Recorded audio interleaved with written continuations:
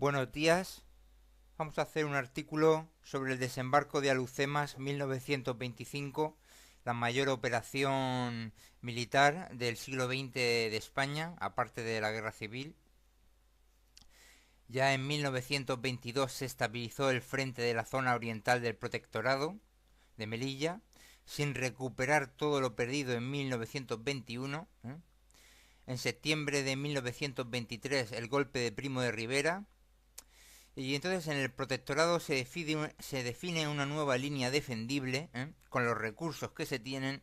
Era la línea Primo de Rivera o Estella, ¿no? Entre septiembre del 24 y febrero del 25 se efectuó la retirada de posiciones a esta nueva línea.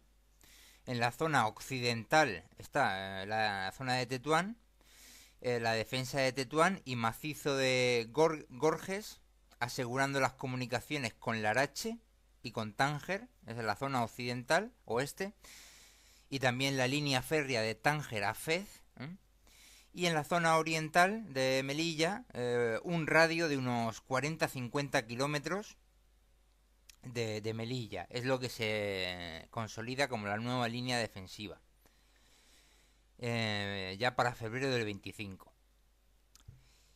Ya el 13 de abril del 25 se piensa, Abdelkrim piensa en la República del Rif, ¿no? Y en abril del 25 atacó a los franceses, que es la parte sur del protectorado español. El protectorado español de 1912 iba de un poco más al sur del Arache, pasando por Azalquivir, ya prácticamente horizontal, hasta Melilla, unos 60 kilómetros al sur de Melilla, más o menos, ¿no? Y más al sur de eso ya era la zona francesa. Entonces atacaba a los franceses al sur del protectorado. Los franceses se confiaron y perdieron 48 posiciones de las 66 de su línea.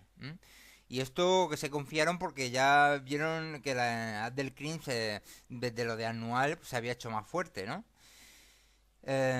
Con más de 11.000 bajas, dicen que 2.000 o 3.000 muertos, dicen, vete a saber la verdad, más de 11.000 bajas, que esto es mayor que el desastre de anual, ¿no? Y perdiendo lo que son bajas, sin saber exactamente los muertos. Sería prácticamente el doble. Y perdiendo 51 cañones, 35 morteros, 5.000 fusiles, más de 200 ametralladoras, 7 millones de cartuchos de fusil, 60.000 granadas de mano y 10.000 granadas de mortero. Esto es lo que cogieron los rifeños a la línea francesa, en abril-mayo de 1925. O sea, un arsenal impresionante. Entonces el 25 de julio del 25 España y Francia firman un pacto de cooperación contra los rebeldes. Se ideó el desembarco de tropas españolas en la bahía de Alhucemas y el bloqueo de tropas francesas por el sur, enlazando por el Alto Kert, ¿no? El desembarco ya se contempló por los españoles en 1913 y 1921 con Gómez Jordana. Y en 1913 ya se iba a hacer y se estaba muy avanzado. Sin embargo, hubo un cambio de gobierno y no se llegó a hacer. Fue una pena porque a lo mejor en ese momento se podía, que era el principio de esta última guerra, de las varias guerras de Marruecos, ¿no? Pues esta última empezó en el 13, ¿no? Y ya ahí se podía haber hecho el desembarco de Alhucemas, pero no se hizo. Ya en 1921 también se contempló, y entonces desde 1924 una comisión del Ejército y la Marina realizó un profundo estudio de la operación en secreto. Se aconsejó efectuar el desembarco en las playas de Morro Nuevo e Ixdaín, ¿no? El plan era desembarcar 20.000 hombres y ocupar la zona Beni, Urriaguel y Bocoya, incluida Axdir, que era la capital de la rebelión, ¿no? Se pensaba que el enemigo tenía 10.000 hombres fuertemente armados, con 100 piezas de artillería y muchas ametralladoras y armas automáticas, o sea que la tarea no se presentaba fácil, ¿no? Abdelkrim, previniendo un desembarco en Alhucemas, reforzó la artillería en la zona y pensó en contrarrestar los posibles planes españoles atacando la capital del protectorado español, que era Tetuán, ¿no?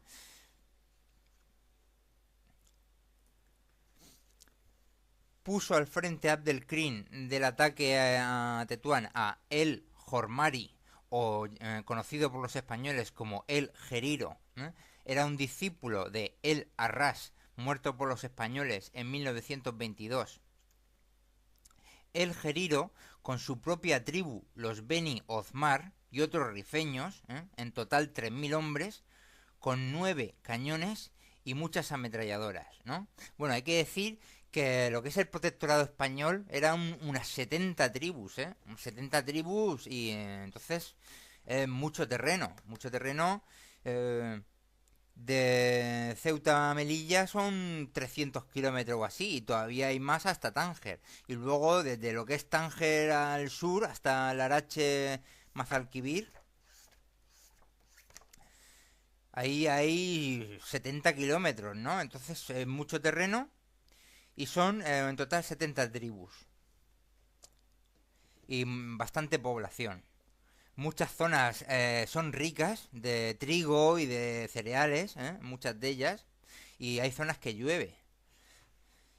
Eh, Seguimos. En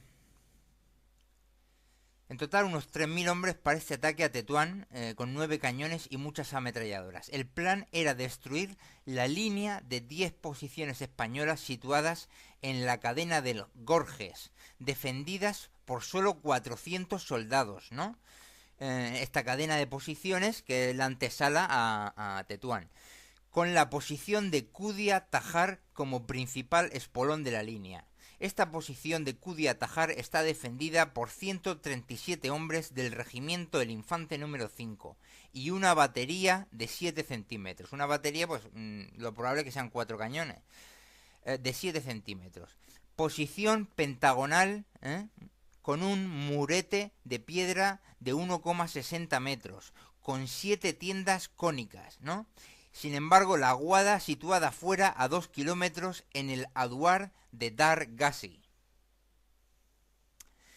A las 6 menos 20 de la madrugada del jueves 3 de septiembre de 1925, el Geriro, después de dejar sin agua a Kudia Tajar, comenzó el fuego artillero, contestando por los 4 Schneider españoles.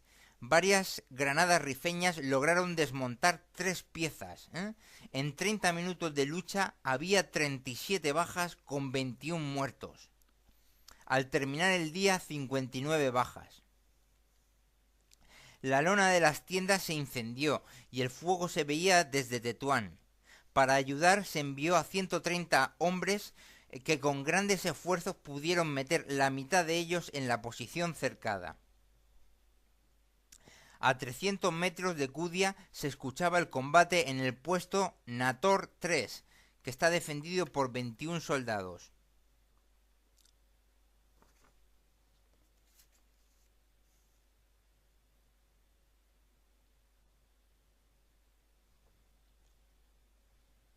Al amanecer,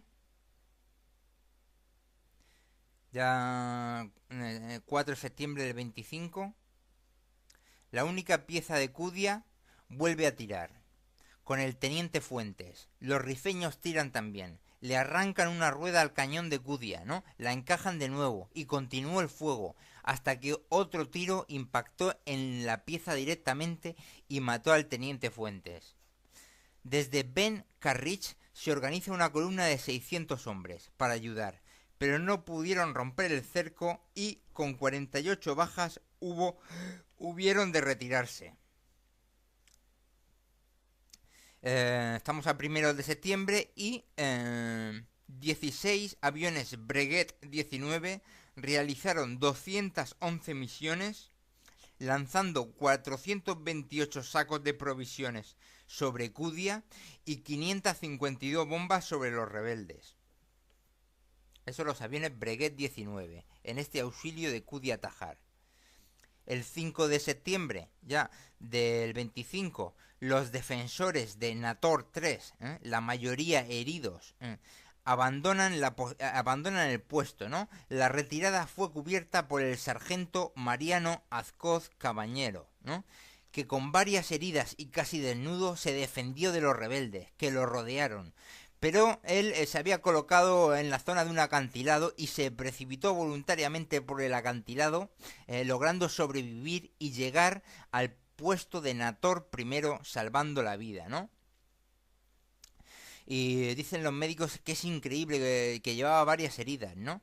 En esta acción de Kudia Tajar, todavía no ha terminado, se van a dar 9 laureadas en Kudia Tajar, laureadas de San Fernando, y con 2 a título póstumo.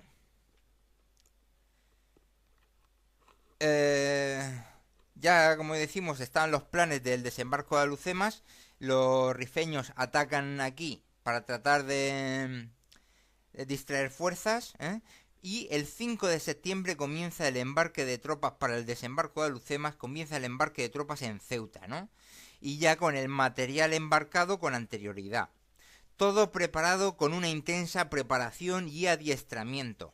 Primero sería un escalón de asalto con 8.000 hombres, con una dotación cada uno de los hombres de 200 cartuchos, 2 raciones de rancho frío, 2 cantimploras llenas, y para suministrar a este primer escalón 400 cubas de agua, pues en la zona inmediata de desembarco no había agua potable, y ya con el resto de los escalones serían hasta 3.000 cubas de agua, hasta que pudieran alcanzar zonas de agua potable. Y también se contaba con 170 mochilas de agua de 14 litros, ¿no? 2 buques aljibe de 100 y 300 toneladas métricas para suministrar agua, van a ser parte de la operación.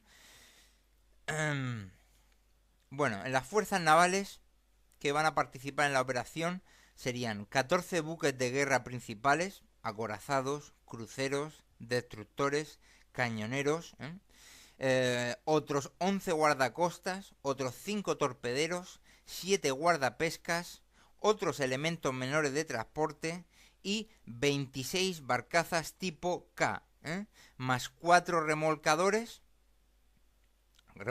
para llevar a las barcazas desde lejos hasta allá más cerca que ellas arrancan, 2 buques aljibes de 300 y 100 toneladas, 2 transportes de guerra y como elementos requisados para la operación serán 27 buques para el transporte de tropas y 3 de ellos se habilitan como hospital con 300 camas cada uno.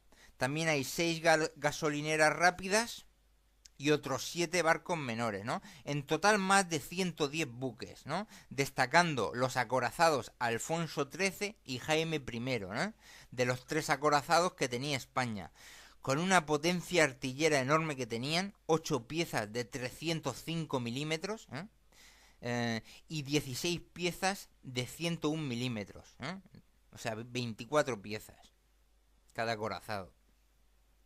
Destacando también el buque portahidros, reconvertido en portahidros, Dédalo, con 18 hidroaviones, atestado de hidroaviones, Saboya S-16, Maki 18, un globo cautivo, un dirigible armado, y otros 6 hidroaviones Maki 24. A partir del 11 de septiembre se tendrían estos otros 6 hidroaviones.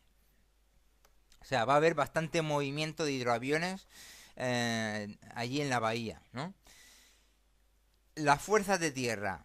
Pues con el general Saro, la brigada Saro, van a ir 10 carros ligeros Renault FT-17. El Renault FT-17 pesaba 6,5 toneladas, tenía 2 de tripulación y como arma una ametralladora Hotchkiss de 8 milímetros, con una velocidad máxima de 8 kilómetros por hora. Luego en esta brigada Saro, estos 10 carros, 2 banderas del tercio, 3 tabores de regulares de Tetuán, la arca de 900 hombres de Muñoz Grandes, 600 hombres de la Mejala de Tetuán y del Arache, 3 batallones de cazadores de África, un batallón, una batería de 10,5 milímetros, centímetros, perdón, 2 baterías de 7 centímetros, zapadores, alumbrado, tendido telefónico, 20 aparatos telefónicos, 8 estaciones ópticas, ingenieros, 3 estaciones radiotelegráficas, 125 mulos, panadería de campaña, ambulancia de montaña con 36 artolas montadas, 100 camilleros, hospital de 300 camas y pontoneros. 100 camilleros con 36 artolas y hospital de 300 camas, y también pontoneros.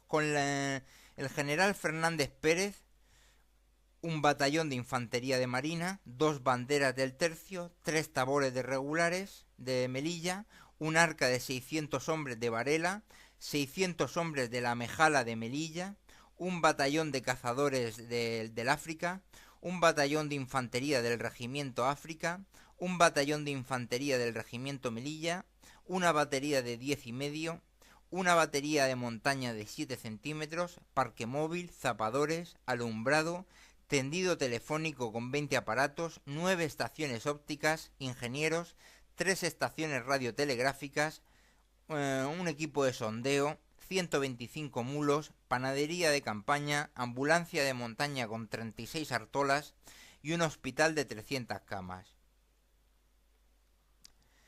O sea, que está bien provisto de todo para las bajas y de gente también, ¿no?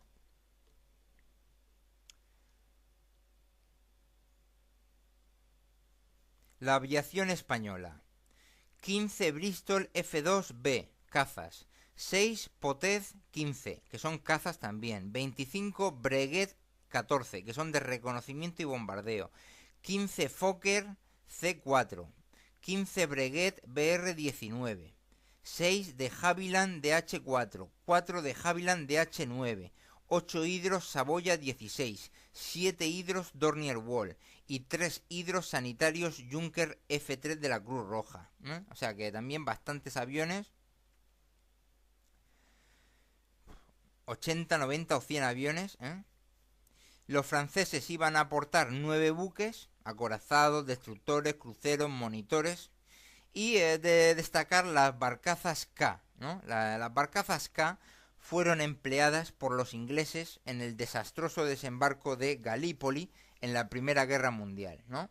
Luego fueron arrumbadas en Gibraltar, y no tenían más uso para ellos, sin utilidad para ellos. Estaban atracadas en dicho puerto criando caracolillo, hasta que en mayo de 1924 se le compraron 26 de ellas, pensando en el desembarco de Alhucemas. Eran grandes barcazas para 300 hombres, con 30 metros de eslora, con 300 toneladas de desplazamiento, un calado de 0,30 a proa y 1,30 a popa, ¿no? Se numeraron de 1 a 26 con la K delante, ¿no? Se repararon, se acondicionaron y se blindaron algunas de ellas, Se hicieron modificaciones en rampas para los carros y el material pesado. Hay que tener en cuenta que este desembarco anfibio es el primero de la historia en que se desembarca carros de asalto de 6 o 7 toneladas. Todo preparado con detalle. 18.000 hombres participaron en el desembarco, que no desembarcaron, 18.000 con todo.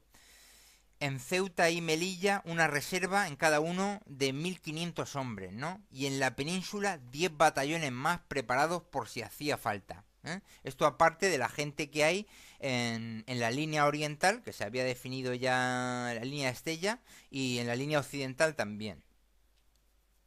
Pero que era poca gente, porque ya hemos visto que las 10 posiciones que defendían Tetuán a 400 hombres. Y luego se hace un intento para ayudar a Cudi a atajar y solo se consiguen recoger 600 hombres de toda la zona. O sea, es poca gente.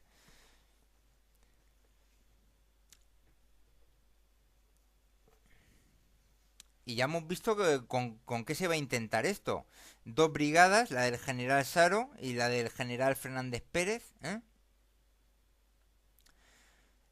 la de Saro 2 banderas, 3 tabores, 5, arca de 900 hombres y mejala de 600 hombres, 1500 hombres más 2 banderas y 3 tabores, ¿no?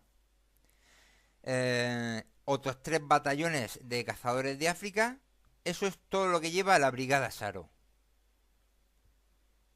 Y la brigada del general Fernández Pérez, un batallón de infantería, 2 banderas del tercio, 3 tabores de regulares, ya son 6 unidades, arca de 600 y mejala de 600, que son 1200, ¿eh?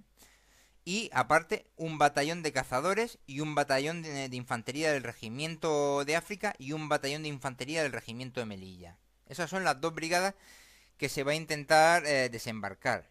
Porque es que esto es lo que se cita, ¿no? Pero luego se dicen también otras cosas, que si 18.000.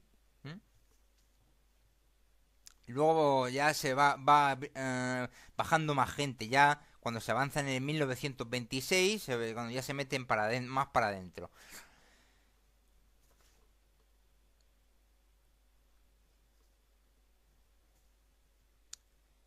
Bueno, pues entonces ya el día 5 de septiembre zarpaba la flota de Ceuta, de Melilla y de Algeciras. El 7 de septiembre malas condiciones atmosféricas y de mar. Se cañonea, se hacen amagos de desembarco, protegidos por densas cortinas de humo, ensayando. El 8 se cañonea en sitios distintos para despistar, para que el enemigo se desplace allí, piense que va a hacer allí el desembarco. Eso el 8. Y el 8 a las 8:20 de la mañana se cañonea desde Ixdaín a Punta Frailes, ¿no? Que es la verdadera zona de desembarco.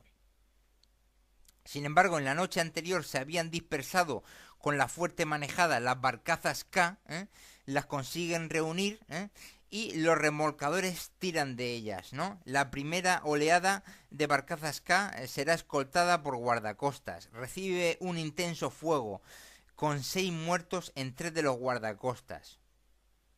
Los remolcadores sueltan las primeras barcazas a 1 kilómetro de la playa, y ya luego sus motores autónomos, ¿no?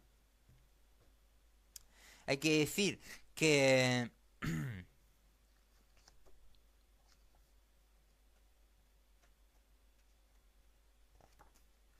la bahía de Alucemas pues tendrá unos 10 o 15 kilómetros de un cabo a otro que la encierran, ¿no? El cabo occidental oeste es el cabo de Alucemas, que se llama Punta de los Frailes, ¿no? Y entonces en la parte oeste de este cabo, que está fuera de la bahía de Lucemas, es donde se hace realmente el desembarco, ¿no? En la playa de la Cebadilla y en la playa de Isdaín, el primer desembarco, porque después habrán más, ¿no? En esta punta está el poblado de Alucemas y las primeras barcazas quedaron a 50 metros de la playa, no pudieron bajar los carros y la artillería, los soldados con el agua hasta el pecho, las baterías de costa y las baterías de los buques y de la aviación dando cobertura, varios mercantes descargando material, un tabor por el flanco derecho, 2 tabores por el centro, la sexta bandera por el izquierdo, más progresión por el izquierdo, y ya hay el primer asalto en el que se captura un cañón y 2 ametralladoras, ¿no? Con mucha munición. Y se coronó el Monte Rocoso.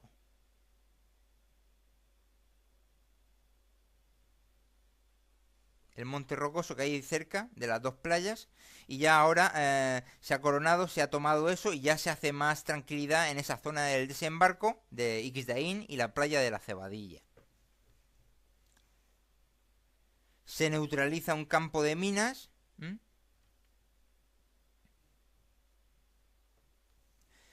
Se dividió el frente en 2 cuñas de penetración.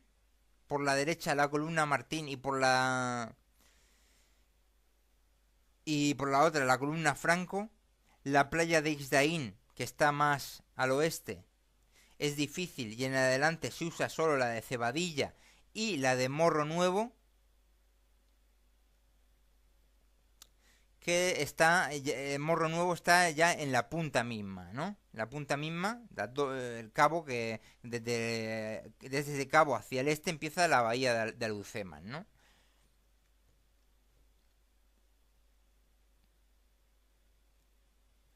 Se desembarcan ametralladoras y morteros, más oleadas, se llega a alturas de Los Frailes y Morro Nuevo, tras vencer enemigos, otras 3 piezas capturadas con numerosa munición, ya se estableció un fuerte perímetro defensivo con alambradas, trincheras, lunetas y puestos de ametralladoras para prevenir un contraataque enemigo.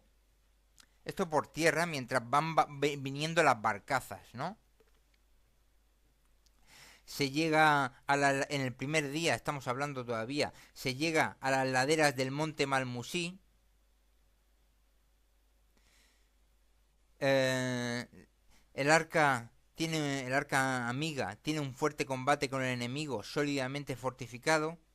Se limpian de minas las playas para recibir la segunda oleada de barcazas con la columna Martín, que llegó a la costa a las 13 horas.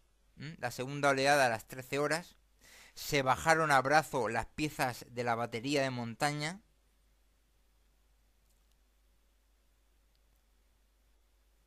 Las barcazas vuelven a por la tercera oleada, que es la columna Campins, que llegan a la costa a la 1:30 de la madrugada, ya del 8 al 9 de septiembre de 1925.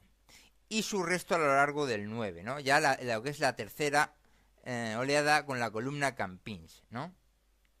Hay que decir que si eran 26 barcazas y son 300 hombres por barcaza, pues estamos hablando 4.000, 5.000, 6.000 cada oleada, ¿no? Entonces aquí se citan 3 oleadas, ¿no? Pues que se habrán puesto a lo mejor 15.000, 18.000, ¿no? En el primer día se pusieron 8.000, en el 8, 8.000 hombres, que fue con lo que se hizo este primer perímetro fuerte. Un perímetro que va desde la playa de la Cebadilla, que es la cara oeste del cabo, la punta de Los Frailes, el Morro Nuevo, que está en el propio cabo, ¿no? Y ahí se hace un perímetro que, pues eso, poquito, cientos de metros, algún kilómetro. El primer perímetro se asegura con estos 8.000 hombres. Y ya en la madrugada sigue bajando gente, en la noche del 8 al 9, y el resto a lo largo del día. Las escuadrillas de aviación bombardean y ametrallean las posiciones enemigas a baja altura, tanto que la explosión de las bombas da a los propios aparatos. Un avión es alcanzado por el enemigo y cae al mar, pero su tripulación es rescatada. En estas primeras oleadas se consumieron 265.000 cartuchos de Mauser, 500 granadas de mano, 230 granadas de mortero, 530 granadas rompedoras de artillería y 25 cartuchos de iluminación. Las bajas fueron 12 muertos y 91 heridos, ¿no? En estos 2 primeros días de establecer una cabeza de playa fortificada. Durante el día 9 se termina de desembarcar la columna Campins y se emplazó la tercera batería de obuses. Los carros de asalto se descargaron y se emplazaron en el flanco derecho. Fuertes rachas de viento que complican el desembarco. La flota francesa abandona las aguas de Alhucemas. El 10 se consolida la primera línea con 3 baterías de artillería y se desembarca la Mejala de Fernández Pérez. Eso el 10. Y se retiran 2 banderas del tercio y un tabor de regulares para intentar liberar Cudiatajar, lo que hemos dicho donde estaba el Geriro, ¿no? Se intenta retirar de esta cabeza de playa fortificada 2 banderas del tercio y un tabor de regulares. El mismo día 10 llegan a Tetuán, y estas 3 columnas intentan romper el cerco, pero el enemigo está afianzado en las alturas y rechaza el primer intento. El día 12 otro intento general con 36 piezas de artillería, ¿no? Hay una lucha encarnizada en el bosquecillo de Dar Gazi, que es donde está la aguada de Kudia Tajar. Los legionarios y los regulares derrotan a las fuerzas de El Gerido y se consigue conectar con la posición a costa de 120 bajas con 50 muertos, el enemigo dejó más de 125 muertos cadáveres enemigos, ¿no? Y el Gerido se retira en estos combates fuertes del bosquecillo. En Alucemas, el día 11, hay un intenso duelo artillero entre gran cantidad de piezas rifeñas y españolas y de los buques. A las 10 de la noche el enemigo ataca toda la línea con fusil y granadas. Más presión en la casamata del cañón de Morro Nuevo, que es el flanco izquierdo, ¿no? Lo que es el cabo, lo que es el flanco izquierdo visto desde el que penetra el cabo, pues en la zona esa es el Morro Nuevo. Más para adelante, esto es ya en la zona este del cabo, más para adelante los islotes, la Cala del Quemado, el Morro Viejo. Y lo que sería el flanco derecho del que avanza, pues está el poblado de Alucemas, se viene de la playa de la Cebadilla, y ahí se encuentra con la zona de los montes Malmusí, ¿no? Bien, entonces el enemigo presiona con más fuerza la casamata del cañón de Morro Nuevo en nuestro flanco izquierdo y lo consiguen ocupar esta casamata tras acabar con la guarnición. Llegan refuerzos del Arca de Varela y de la Mejala de Melilla y con granadas de mano retiran al enemigo. A las 5:30 de la madrugada los rifeños se retiran. Desde las 10 de la noche ataca toda la línea y a las 5:30 el enemigo se retira con fuertes pérdidas. El 12, o sea, esto tiene que haber sido un combate fortísimo, ¿no? Porque fue cuando atacaron, reunieron tropas, se ve numerosas, los rebeldes, y atacaron esta cabeza de playa fortificada, pero fueron rechazados con fuertes pérdidas. El día 12 se fortificó una segunda y tercera línea, y se construyeron los caminos cubiertos entre estas líneas. A las 11 de la noche vuelven a atacar el flanco izquierdo y son rechazados de nuevo con fuertes pérdidas, y a las 4:30 de la madrugada vuelven a retirarse. Combates de 5 o 6 horas. La aviación y la marina sigue tirando a posiciones y refugios excavados. Las tropas permanecieron en este perímetro fortificado de tercera, segunda y primera línea hasta el 22 de septiembre, que entonces ya, cuando se ha acumulado material y gente suficiente, se realiza un reconocimiento en profundidad del enemigo. Comenzó a las 5 de la madrugada, son recibidos con fuerte fuego y a las 7 de la mañana se da por concluida la operación, para valorar a las 7. Será a las 7 de la mañana o a las 7 de la tarde. Será a las 7 de la tarde posiblemente.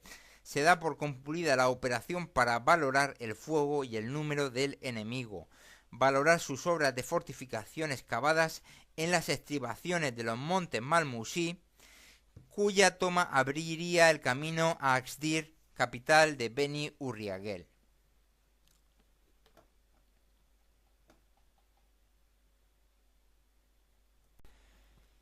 Bien, pues ya el día siguiente de este reconocimiento, el día 23 de septiembre, se hace una amplia operación ofensiva, ¿no?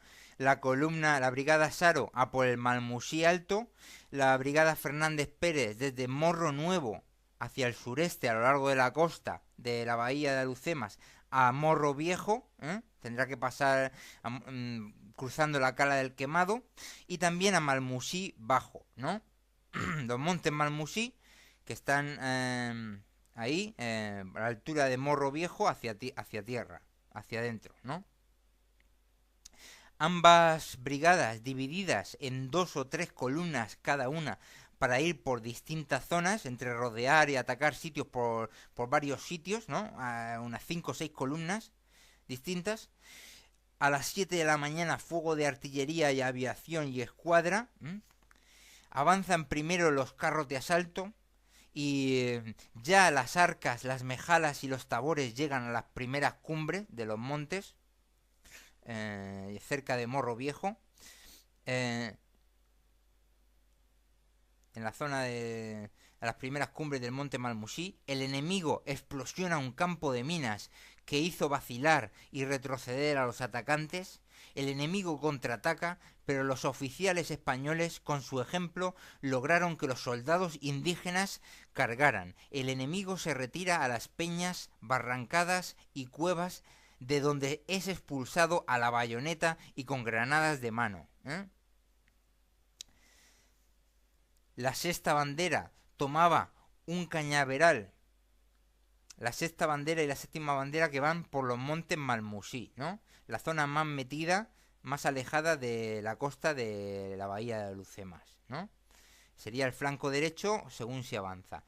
La sexta bandera tomaba un cañaveral desalojando al enemigo con combate fuerte al arma blanca, mientras la séptima bandera y los carros de asalto envolvían al enemigo por la izquierda, ¿no? Machacándolo literalmente, aquí en la zona esta. La gente del general Fernández Pérez, el Arca y Mejala fueron recibidos con fuego de fusilería, armas automáticas y cañones, desde el Malmusí Bajo. Se resguardan en casas en ruinas donde rechazan los contraataques, ¿no? Llegan refuerzos, se ataca de frente y del revés, por el Arca, con carros de asalto y artillería, y el enemigo se desbanda, se les causa numerosas bajas en el Malmusí Bajo. Fuerzas de la Mejala avanzan, ya hemos visto dos rodeos distintos, que han hecho aquí las banderas y también las arcas, con los carros de asalto, ambos, en ambos sitios, Malmusí Bajo y Montes Malmusí, más adentro, más tierra adentro. Fuerzas de la Mejala avanzan dejando, esto ya por la costa, fuerzas de la Mejala avanzan dejando embolsamientos y focos rebeldes en la zona de Cala Quemado. En vez de atacarlos, como ya se ha abierto paso por una zona que se ha tomado, se consigue rodear, y entonces se queda embolsado esa zona. De las labores de limpieza se encargaron tropas del tercio, limpiando casamatas, caminos cubiertos y cuevas. A las 9:30 de la mañana se coronaba el Morro Viejo, que está al sur ya de Cala Quemado, al extremo de Cala Quemado. Se retiran heridos y muertos propios, se remuniciona. A las 13:40 se rodea también la loma del Almiar. Se le rodea y se comienza a limpiar la loma, las quebradas y las cuevas, y se recogen 51 cadáveres enemigos en esta loma. A las 18:25 se inicia otro despliegue de tropas, pero para consolidar el terreno ocupado, ¿no? El enemigo, seriamente quebrantado, no opuso resistencia. El perímetro español se amplió y ahora contaban con 2 manantiales de agua potable, ¿no? Y ya el 24, al día siguiente, desembarco de tropas y material, aprovechando la cala del Quemado que se ha tomado.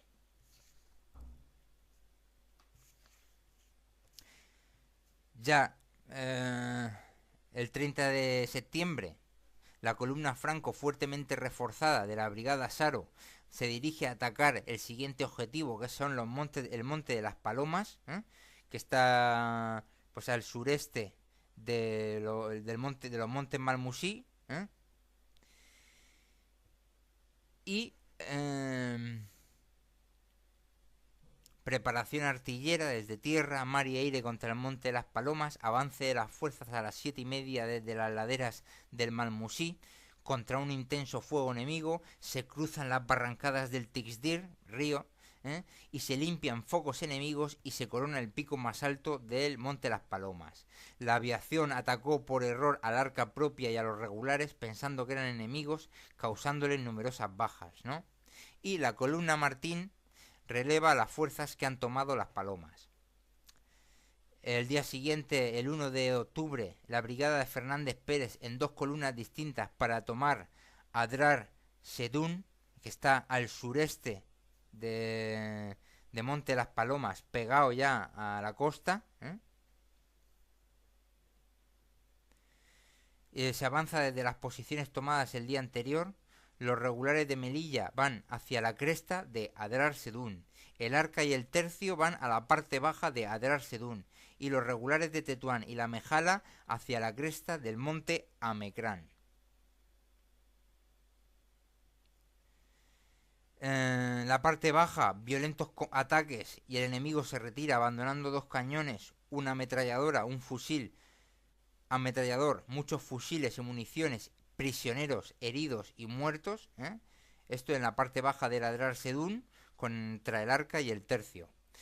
En la cresta del Amecrán, con los regulares de Tetuán y la Mejala, violento combate, pero el enemigo es desalojado y se captura otro cañón. Se comienza a fortificar la cresta, pero el enemigo contraataca con fusil y mortero y es rechazado tras 1 hora de combate. Esto en la cresta del Amecrán. El día siguiente, ya 2 de octubre, se sorprende al enemigo en la Rocosa, ¿no? La Rocosa está junto a Axdir ya, con el Arca de Valera y también con la Mejala de Melilla, que toma al asalto con Pairet, que estaba enlazando con la Rocosa, ¿no? Una vez ocupadas estas zonas, estas mismas fuerzas del Arca de Valera y la Mejala de Melilla se esparcen por las llanuras de Axdir y las playas, realizando razias por todo el poblado de Axdir e incluso en la casa de Abdelkrim. Se captura 4 cañones, víveres, prisioneros. El enemigo se retira desordenado en todo el frente y se dieron por concluidas las operaciones en la zona de Alucemas, ¿no? Por esto, la mayoría de la escuadra se retira a España, habiendo disparado en esta campaña hasta Axdir 8.000 disparos, de ellos 200 disparos de 305 milímetros de los grandes cañones de los acorazados.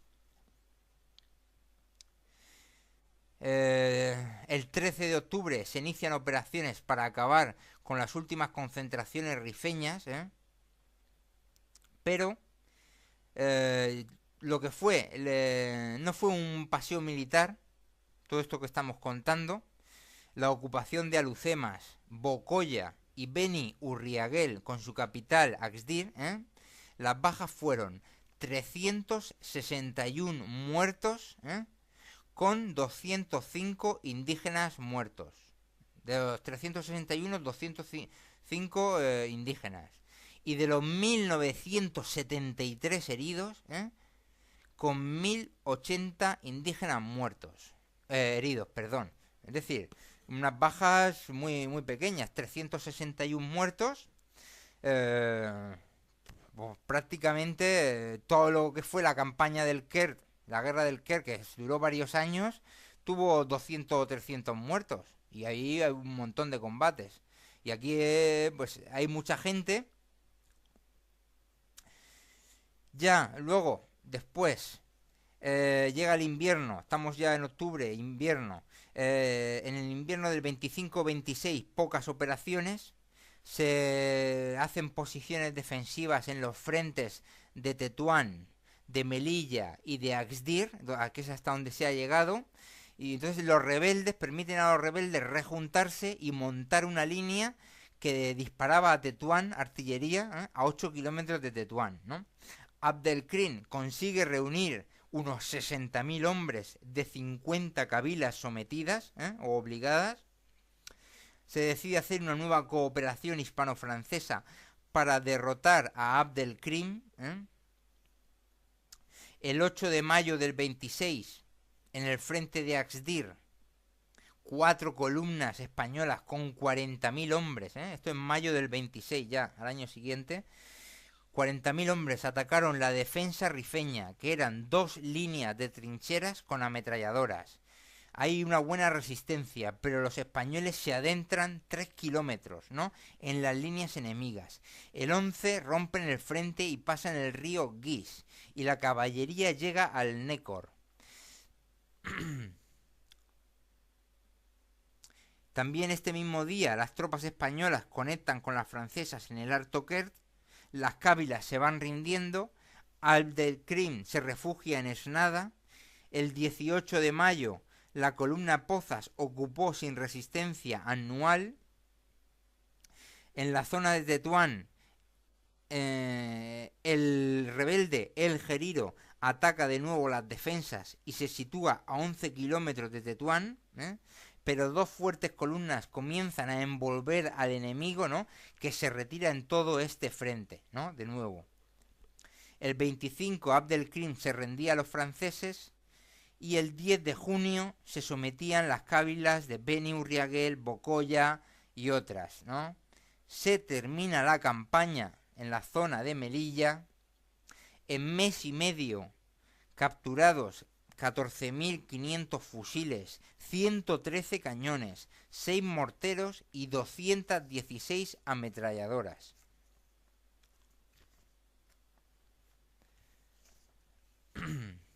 Esto en la zona de Melilla, en un mes y medio, durante el 26. En la zona occidental, el 12 de junio, operaciones sobre Gomara. El 10 de agosto, Shawen, limpieza de Yebala, empleándose muchas tropas indígenas del Maxen. Y el 9 de julio del 27 se pone final ya para siempre a las campañas de África desde 1913. Bueno, a estas desde 1913, porque hay anteriores, ¿no? En 1909 ya hay campañas, pero esta que venía de 1913 y se pone ya final, se considera pacificado el protectorado y sumisión al Mahzen jerifiano de aquellas tierras. ¿Y quién es el Mahzen jerifiano? Pues yo no lo sé, ¿no? Será el sultán a lo mejor, con los acuerdos que hay de los protectorados y tal. Porque hay que decir que es que las tribus rifeñas no rendían al sultán. Entonces España las conquistó para el Maxen.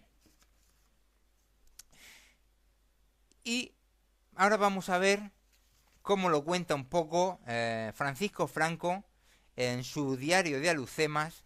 Lo vamos a resumir un poco. Volvemos atrás, 8 de septiembre, en la playa. 8 de septiembre del 25, desembarco en la playa. Amanece con los barcos alejados y el convoy desorganizado. La corriente arrastra hacia occidente a los barcos. Se invierte tiempo en agruparlos de nuevo. Pasan las 10 de la mañana cuando se logran agrupar, ¿no? Se preparan las líneas de barcazas que han de abordar la playa. En primera línea las barcazas con las arcas, las mejalas y la legión. La segunda y tercera línea llevan al resto de la columna Saro. La artillería de los buques dispara sobre la costa. El enemigo hace fuego de cañones y ametralladoras sobre las barcazas a 1000 metros de la ribera. La suerte está echada. Ya cae fuego de fusilería enemiga. Caen las planchas de desembarco a 50 metros de la orilla. La salida de los tanques que debían preceder a las fuerzas se hace imposible. Los instantes son críticos. La corneta suena el toque de ataque y salen los arqueños y legionarios, con el agua al cuello y en lo alto los fusiles, rápidamente hasta la orilla y ya trepando por las arenosas acantilados. Ya se afianzan las primeras ametralladoras propias y especialistas. Por la izquierda avanzan los legionarios. Una compañía metida en el agua marcha por las peñas costeras a rodear donde se encuentra el enemigo. Se le rebasa, se escalan pedregosas alturas hacia el Morro Viejo. Legionarios y arqueños se apoderan de la primera obra defensiva del enemigo con un cañón de montaña y 2 ametralladoras, ¿no? Se rebasan los campos de minas enemigos. La primera y segunda fase se cumplen como previstas, como estaba previsto. Bien, la Mejala ocupa su puesto en el combate, la séptima bandera hacia el suyo, hacia la ocupación de las baterías de El Fraile.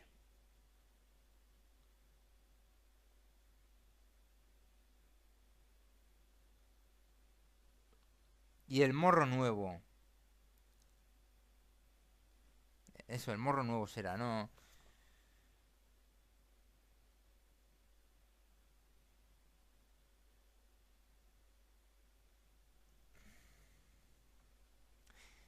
Como decimos, La séptima bandera hacia el suyo, hacia la ocupación de las baterías del Fraile y el Morro Nuevo. Escalan por las vaguadas la cresta. Pronto la bandera de Valenzuela corona la parte alta de los fuertes. Los defensores caen ante nuestro fuego.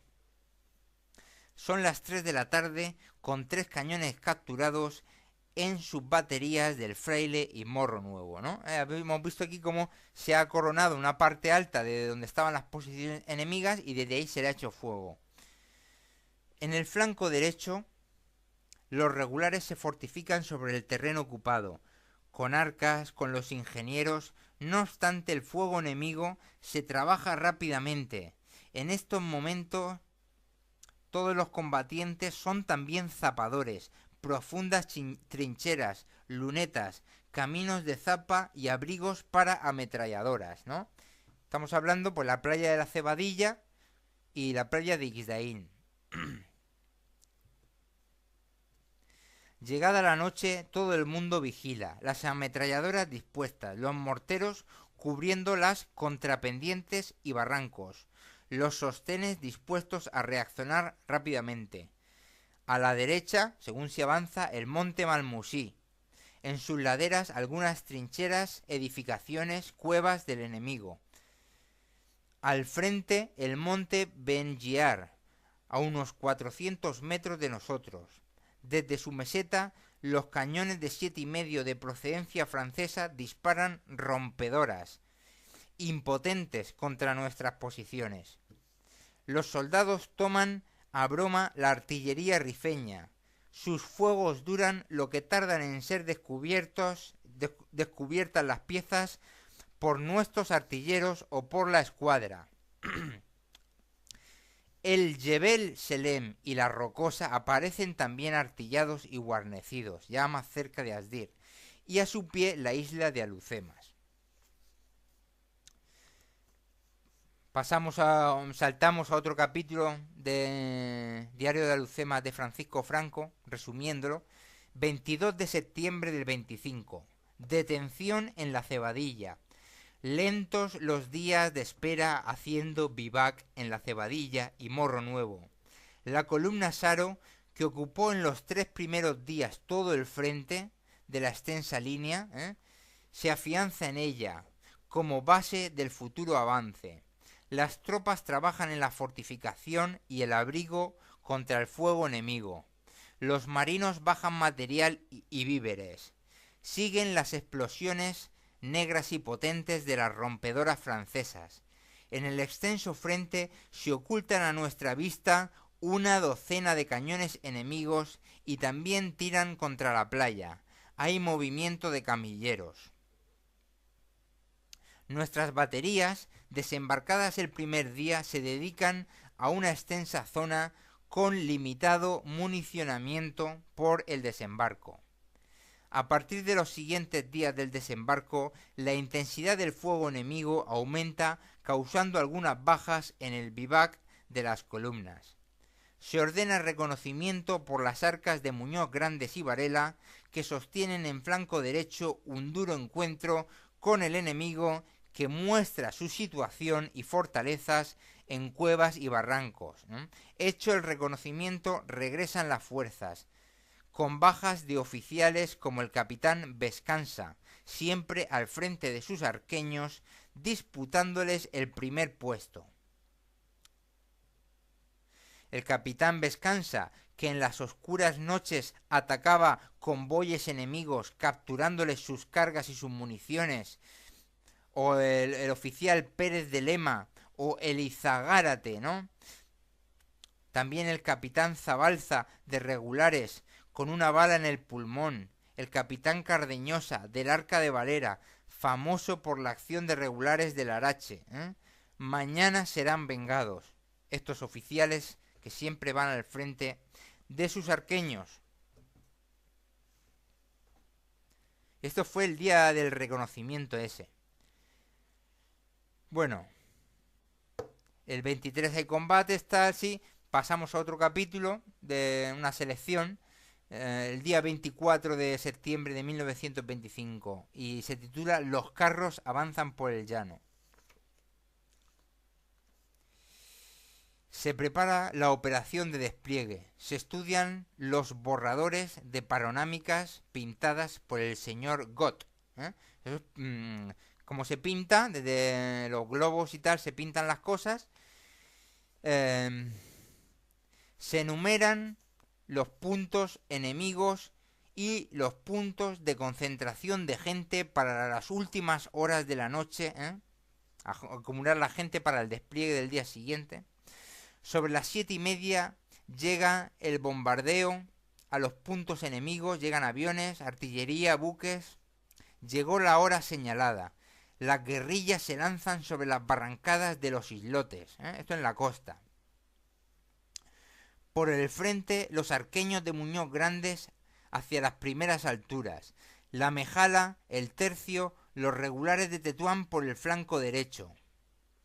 El enemigo atrincherado en las primeras alturas y grietas. Las arcas llegan bajo fuego enemigo por las pendientes del arenal. Escalan. La lucha se empeña. Bombas de mano tras bombas de mano. Explota alguna mina enemiga. Reciben granadazos de fusil. Momentos críticos. Cuando explota... Esto es será cuando explota el campo de minas. O algo así. Explota alguna mina enemiga. Reciben granadazos de fusil. Momentos críticos. El enemigo se anima. Recorona las lomas el enemigo. Las arcas se abrigan en las laderas para sostenerse. La Mejala en la izquierda es frenada por el enemigo atrincherado. Enlace con la artillería, fuego, asalto de la legión a las alturas, hacia el frente y el flanco, más artillería, de nuevo los arqueños, bombas de mano, duro empeño en las alturas de la izquierda, pero se reducen los focos y las cuevas. En los cañaverales también ha habido combates importantes. La primera fase completada, ¿no? Se prepara para el asalto de los Cuernos de Sauen. La lucha en la izquierda y por las calas de los islotes y Quemado. Lucha en la izquierda por las calas de los islotes y Quemado. Avance sobre el Morro Viejo y posiciona con el enemigo rodeado y vencido. Se recogen muchos cadáveres y armas enemigas. Esto en la zona del Quemado. Cuando se llega al Morro Viejo y posiciona. Los carros de asalto avanzan por el llano apoyando a la derecha el avance de ese flanco. Se prepara el asalto de los Cuernos de Sauen donde el enemigo parece parapetado. Se remuniciona y se hacen repuestos de granadas, porque se utilizan muchísimo.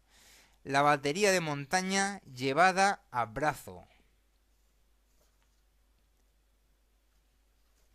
Eso, la batería de montaña llevada a brazo acompaña a las guerrillas. Las baterías de campamento preparan. A las 11 menos cuarto se da el avance a las últimas crestas y cuernos por los arqueños y legionarios, coronándolos y persiguiendo al enemigo por barrancas y cañadas. En el flanco derecho, un tabor de regulares avanza hacia un importante espolón de casas, para cerrar por allí las barrancadas donde el enemigo oculta sus heridos y hace fuego. Por allí se lanzan también una compañía de legionarios con sus granaderos en vanguardia, siempre los granaderos en vanguardia, rodeando la zona y limpiando las cuevas, que no se terminan de limpiar los focos hasta el día siguiente, recogiendo al enemigo numerosos muertos y heridos, ¿no? Y entre los muertos del enemigo varios europeos. Todas las fuerzas se fortifican y pernoctarán en las posiciones conquistadas. Otro capítulo, ya del 26 de septiembre del 25, el Jebel Malmusí. Arrollada la primera línea de defensas rifeñas, ocupando el Malmusí, la zona, la falta de agua permite solo un limitado número de animales de carga. En la tarde del 24 de septiembre, un nuevo cañón enemigo tira a los Cuernos de Sauen, detrás de los cuales vivaquean la séptima bandera y los arqueños de Muñoz Grandes. Una rompedora mata al teniente Casado, que buscaba el cañón el enemigo saliendo del abrigo. El teniente Casado había salido del abrigo para buscar ese cañón que les estaba tirando, ¿no? Y desgraciadamente lo mató. Llueve varios días, mantas y capotes suspendidos, con los palos ahí, unas mantas y unos simples capotes de tiendas de campaña. Protegen, salen a coger ramas y raíces para hacer fuegos, y con planchas de zinc, cañas del arenal y esparto de los montes construyen unas pequeñas chozas, ¿no? De repente se presenta un legionario fatigado de su carrera, había salido por leña, hacia a la zona del enemigo, y ha visto un cañón cubierto de ramaje, preparado con cuerdas y correas para ser transportado. Está por la barrancada del Tisdit, del río, oculto de la vista de nuestros puestos. Y este era uno de los cañones que buscábamos, ¿no? Que buscaba el teniente, que murió.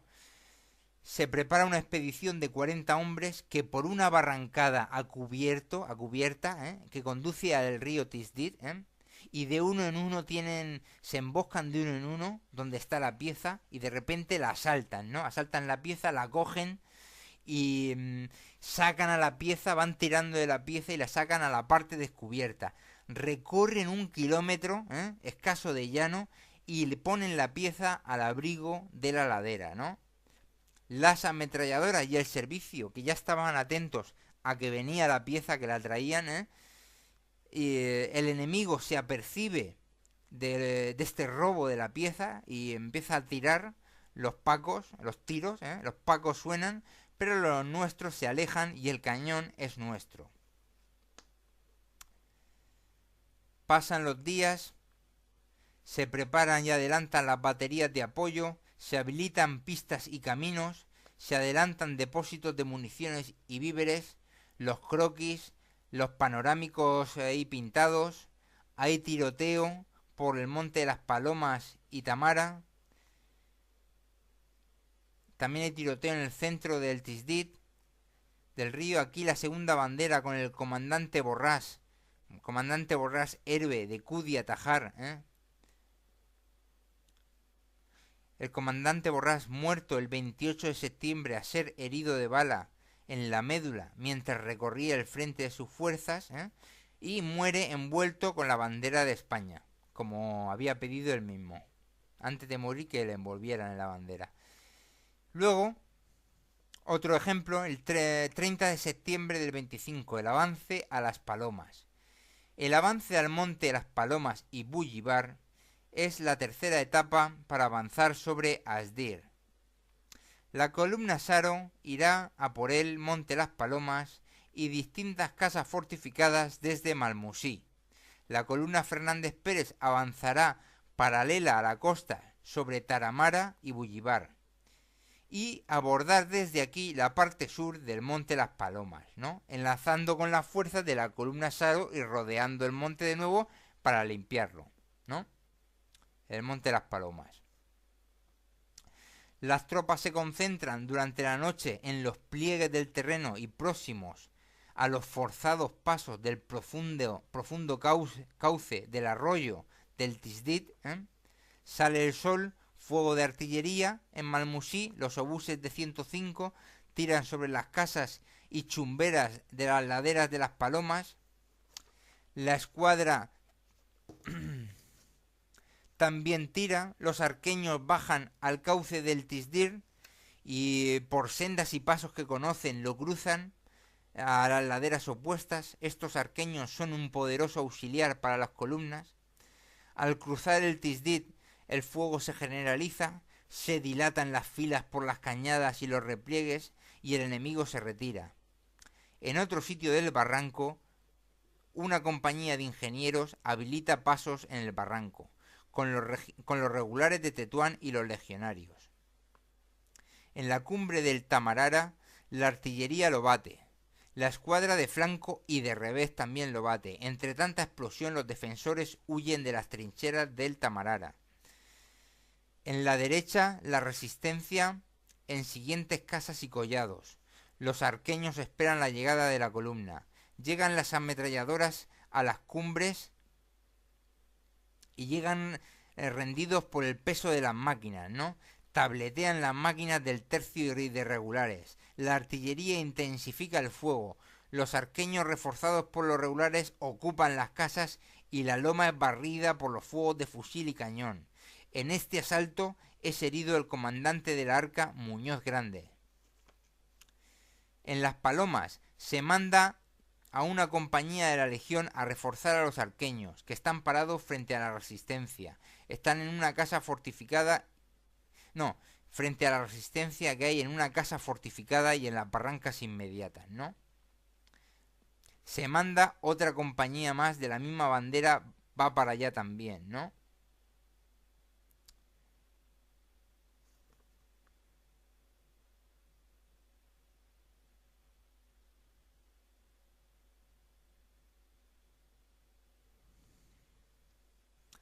El enemigo desde la casa C bate nuestras posiciones. Sus barrancadas inmediatas están ocupadas por los rebeldes. Se envía al resto de la bandera, ¿no? Se prepara la artillería, pero la observación para la artillería se hace difícil y falta munición para los obuses. El tiroteo de fusiles intensísimo. A una señal, arqueños y legionarios se lanzan por la pendiente sobre la casa, llegan a la casa y las bombas de mano se suceden, bombas de mano, enormes humos nublan, muchos humos, cortinas de humo, avanzan nuevos refuerzos al lugar del empeño, dueños del terreno se parapetan, ha caído el teniente Gutiérrez Ayala. Hay que parapetarse en la casa, en un reconocimiento de la casa cae el teniente Cabero. Otro capítulo, 1 de octubre, en Las Palomas. Hemos llegado al límite de Beni Urriaguel y Bocoya, ¿no? Donde termina Bocoya y empieza Beni Urriaguel. Al arroyo del Isli, que constituye el límite geográfico de las Cabilas. Terrenos ondulados de Axdir y Tafías, en las que el trigo y la cebada de rojizas y productivas tierras dan a la Kabila importante granero. A las 8 de la mañana comienza el avance. Fuego sobre la Rocosa y Jebel Selún. Vemos la huida de los contados rifeños. Las fuerzas indígenas cruzan el Isli por la playa y suben hacia Jebel Selún. El enemigo está tan quebrantado que no ofrece resistencia. Lo mismo sucede en el monte Amecrán y sus cresterías, que son limpiadas por los regulares. La fortificación en el Amecrán avanza. Se vivaquea en la zona ocupada. Se despiertan por las explosiones del mortero enemigo sobre los altos del Amecrán y las granadas de mano de sus defensores. 2 de octubre del 25 en el poblado de Abdelkrim, ante la huida enemiga de la Rocosa y casas enemigas, el poblado de Abdelkrim es razziado por los propios indígenas. Se coge de todo, por todo el mundo como un trofeo. Bueno, y este ha sido como ha sido el desembarco de Alucemas.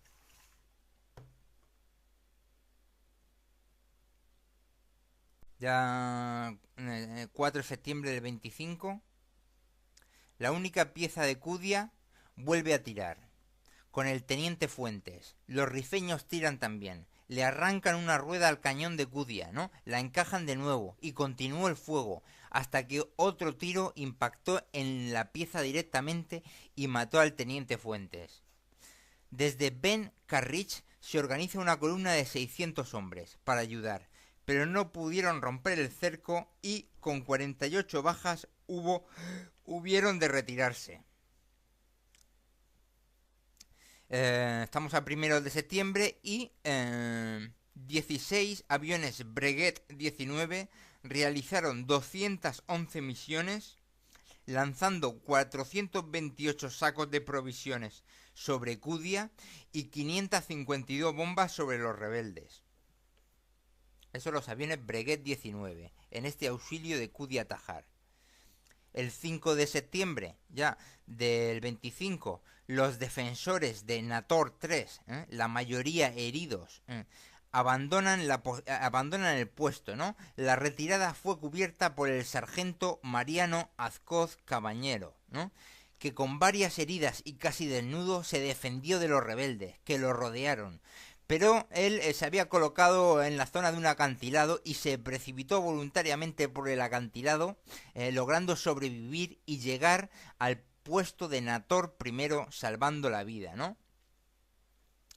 Y dicen los médicos que es increíble, que llevaba varias heridas, ¿no?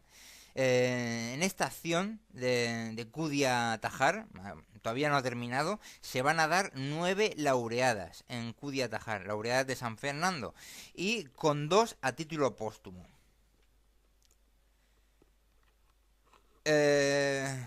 Ya, como decimos, están los planes del desembarco de Alucemas. Los rifeños atacan aquí para tratar de protectorado. Los franceses se confiaron y perdieron 48 posiciones de las 66 de su línea. Y esto que se confiaron porque ya vieron que la Abdelkrim, desde lo de Anual, se había hecho más fuerte, ¿no? Con más de 11.000 bajas, dicen que 2.000 o 3.000 muertos, dicen, vete a saber la verdad, más de 11.000 bajas, que esto es mayor que el desastre de Anual, ¿no? Y perdiendo lo que son bajas, sin saber exactamente los muertos. Sería prácticamente el doble. Y perdiendo 51 cañones, 35 morteros, 5.000 fusiles, más de 200 ametralladoras, 7 millones de cartuchos de fusil, 60.000 granadas de mano y 10.000 granadas de mortero. Esto es lo que cogieron los rifeños a la línea francesa en mayo de 1925. O sea, un arsenal impresionante.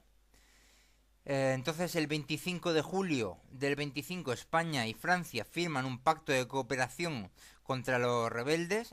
Se ideó el desembarco de tropas españolas en la bahía de Alhucemas y el bloqueo de tropas francesas por el sur, enlazando por el Alto Kert, ¿no?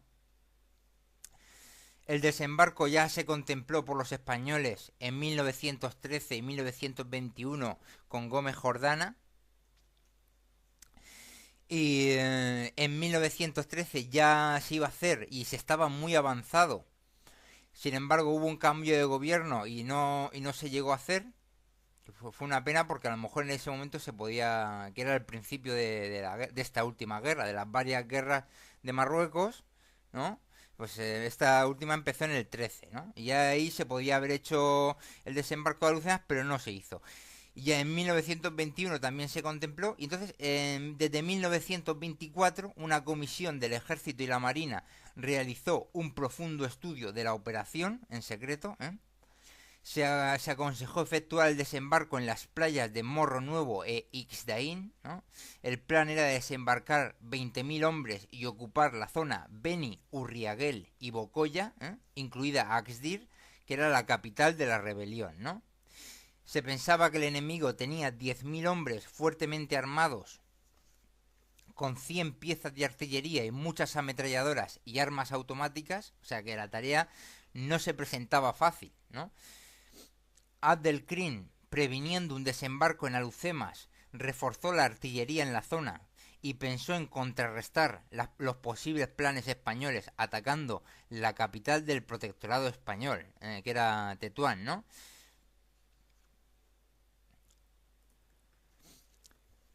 Puso al frente Abdelkrim del ataque a Tetuán a El Jormari, o conocido por los españoles como El Geriro. Era un discípulo de El Arras, muerto por los españoles en 1922. El Geriro, con su propia tribu, los Beni Ozmar, y otros rifeños, en total 3.000 hombres, con 9 cañones y muchas ametralladoras, ¿no? Bueno, hay que decir que lo que es el protectorado español eran unas 70 tribus, 70 tribus y entonces mucho terreno, De Ceuta a Melilla son 300 kilómetros o así, y todavía hay más hasta Tánger. Y luego desde lo que es Tánger al sur hasta Larache, Mazalquivir, ahí hay 70 kilómetros, ¿no? Entonces es mucho terreno y son en total 70 tribus y bastante población. Muchas zonas son ricas de trigo y de cereales, muchas de ellas, y hay zonas que llueve. Eh, Seguimos. En total, unos 3.000 hombres para este ataque a Tetuán, con 9 cañones y muchas ametralladoras. El plan era destruir la línea de 10 posiciones españolas situadas en la cadena del Gorges, defendidas por solo 400 soldados, ¿no? Esta cadena de posiciones que es la antesala a Tetuán, con la posición de Cudia-Tajar como principal espolón de la línea. Esta posición de Cudia-Tajar está defendida por 137 hombres del regimiento del Infante número 5 y una batería de 7 centímetros. Una batería, pues lo probable es que sean 4 cañones, de 7 centímetros. Posición pentagonal, con un murete de piedra de 1,60 metros, con 7 tiendas cónicas, ¿no? Sin embargo, la aguada situada fuera a 2 kilómetros en el aduar de Dar Gassi. A las 6 menos 20 de la madrugada del jueves 3 de septiembre de 1925, el Geriro, después de dejar sin agua a Cudia-Tajar, comenzó el fuego artillero, contestando por los 4 Schneider españoles. Varias granadas rifeñas lograron desmontar 3 piezas. En 30 minutos de lucha había 37 bajas con 21 muertos. Al terminar el día, 59 bajas. La lona de las tiendas se incendió y el fuego se veía desde Tetuán. Para ayudar se envió a 130 hombres que con grandes esfuerzos pudieron meter la mitad de ellos en la posición cercada. A 300 metros de Cudia se escuchaba el combate en el puesto Nator 3, que está defendido por 21 soldados.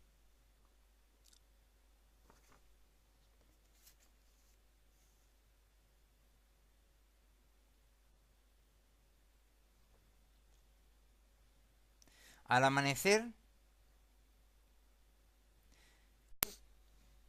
buenos días, vamos a hacer un artículo sobre el desembarco de Alhucemas 1925, la mayor operación militar del siglo XX de España, aparte de la Guerra Civil. Ya en 1922 se estabilizó el frente de la zona oriental del Protectorado de Melilla, sin recuperar todo lo perdido en 1921. En septiembre de 1923 el golpe de Primo de Rivera. Y entonces en el protectorado se define una nueva línea defendible, con los recursos que se tienen. Era la línea Primo de Rivera o Estella, ¿no? Entre septiembre del 24 y febrero del 25 se efectuó la retirada de posiciones a esta nueva línea.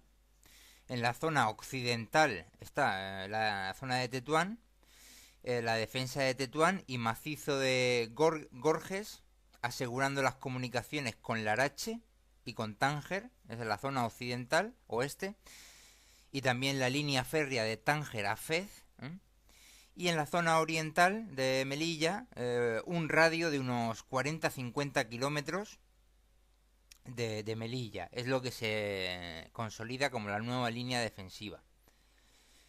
Ya para febrero del 25. Ya el 13 de abril del 25 se piensa, Abdelkrim piensa en la República del Rif, ¿no? Y en abril del 25 atacó a los franceses, que es la parte sur del protectorado español. El protectorado español de 1912 iba de un poco más al sur del Arache, pasando por Azalquivir, ya prácticamente horizontal, hasta Melilla, unos 60 kilómetros al sur de Melilla, más o menos, ¿no? Y más al sur de eso ya era la zona francesa. Entonces atacaba a los franceses al sur del